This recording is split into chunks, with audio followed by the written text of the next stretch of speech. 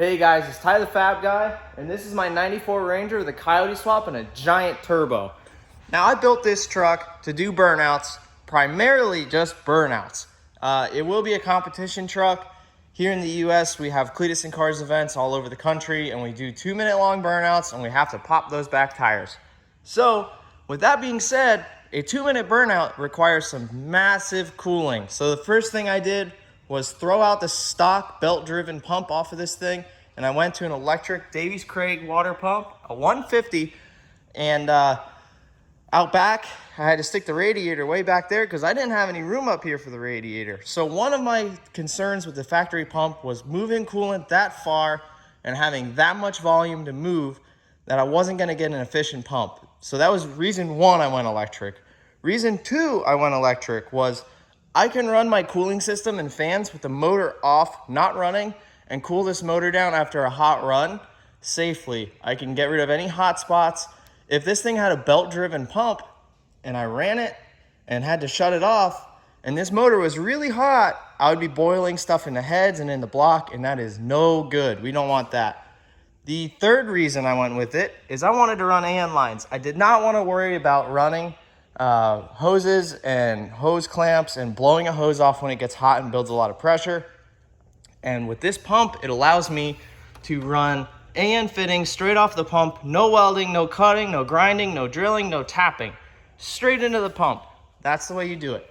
It's threaded from the factory. You can run a barb fitting and still run a normal hose, but I decided to opt out of that and go to these AN lines, and it was a bolt-on thing. And that is huge for me.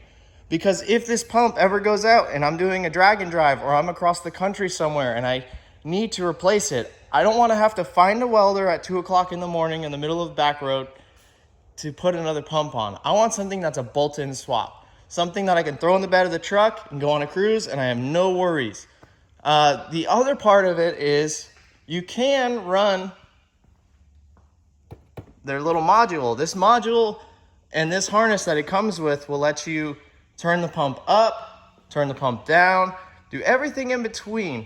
Now, if we come to the back of the truck, you'll see that these lines run under the bed of the truck and up into our radiator. And in the back of this thing, we've got two Davies Craig electric fans. They're 12-inch. They're rated at 1250 CFM.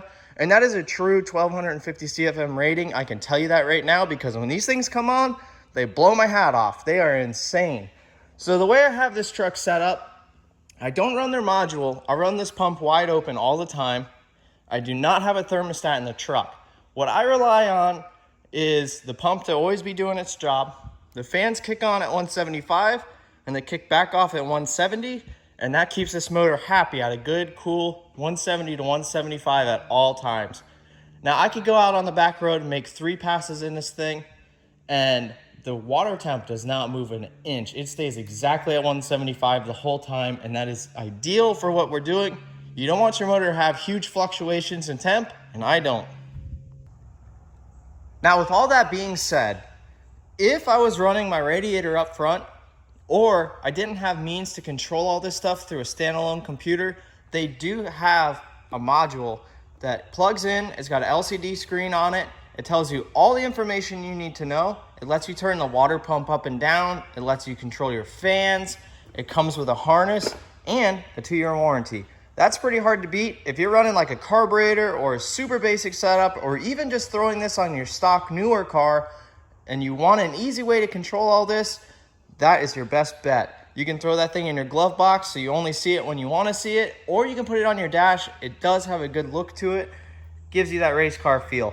Now this is the EWP 150 pump. This is a spare that I have laying around for another build, and as you can see, it's factory threaded, so you can run either a hose adapter into this, or you can run AN fittings right off of this bad boy.